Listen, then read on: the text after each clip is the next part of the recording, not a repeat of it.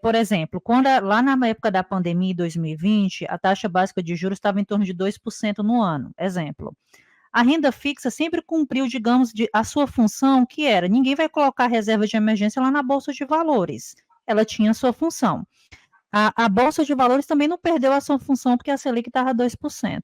Historicamente, no Brasil, a taxa de juros é alta. Então, de lá para cá, a gente já viu troca de governo, mudou, a Selic caiu, subiu, e a Bolsa continuou ali. Então, na verdade, hoje, se você olhar, eu estava até comentando nos bastidores, grande parte dos jornais e tudo fala, renda fixa ganhou atratividade, Bolsa de Valores perde atratividade, né?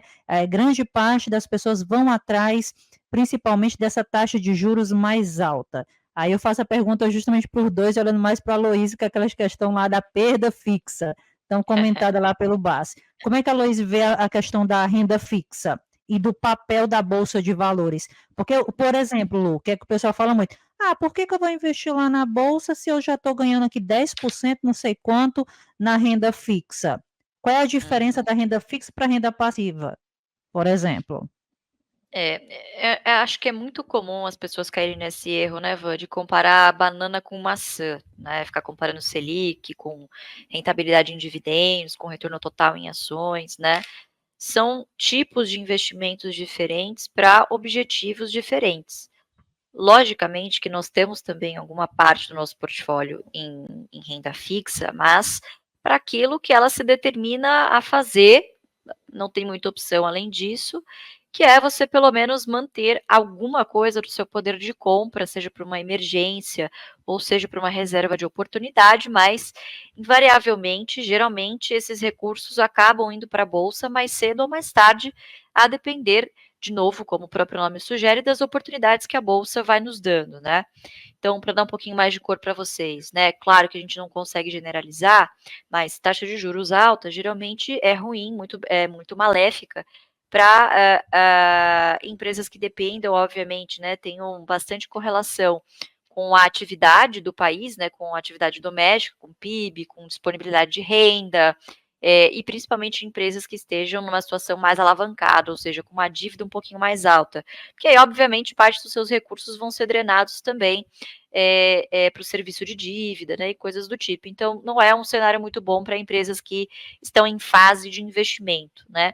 E aí, por exemplo, a gente pode citar, e acho que pode ser parte da justificativa, né? Difícil a gente conseguir justificar esses movimentos de curtíssimo prazo na bolsa, mas pode justificar alguma coisa dessa queda, por exemplo, de algumas elétricas, né?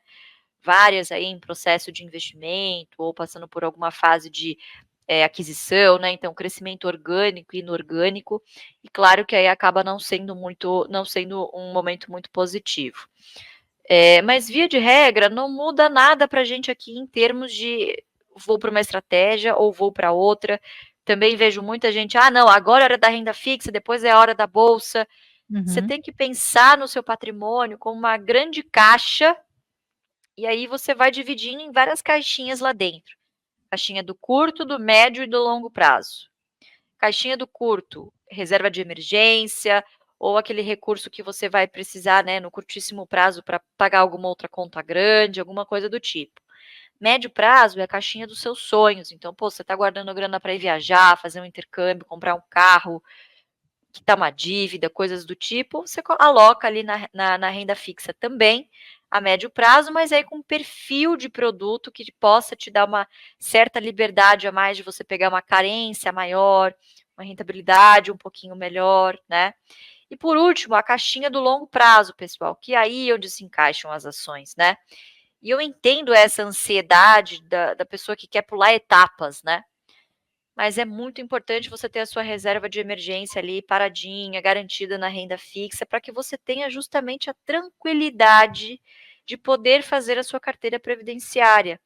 Pior seria se você tivesse uma emergência de repente e tivesse que vender as suas ações agora, por exemplo, no prejuízo, né? Ou seus dividendos que iriam para aporte, enfim, por uma necessidade, né? Então é sempre bom ter ali, ser conservador nesse sentido, não pular etapas e ter a sua reserva de emergência. E, obviamente, para esta finalidade, para quem tem recursos ali na renda fixa, acaba, obviamente, também se beneficiando, tá bom? Posso... Oi, vai lá, Igão.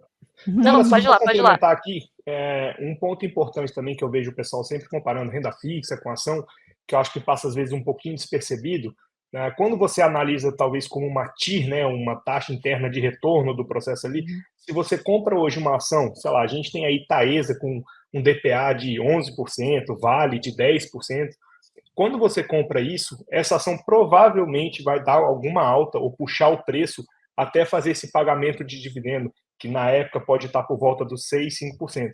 Então não é só o seu yield on cost que melhora, você tem um retorno do ganho da valorização mais o pagamento do dividendo.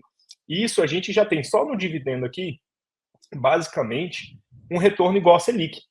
E o que a experiência nos diz, a gente que investe em ação, é que a gente consegue um retorno muito maior que a renda fixa, estando atrelado a esse processo de valorização com o pagamento de dividendo e o reinvestimento.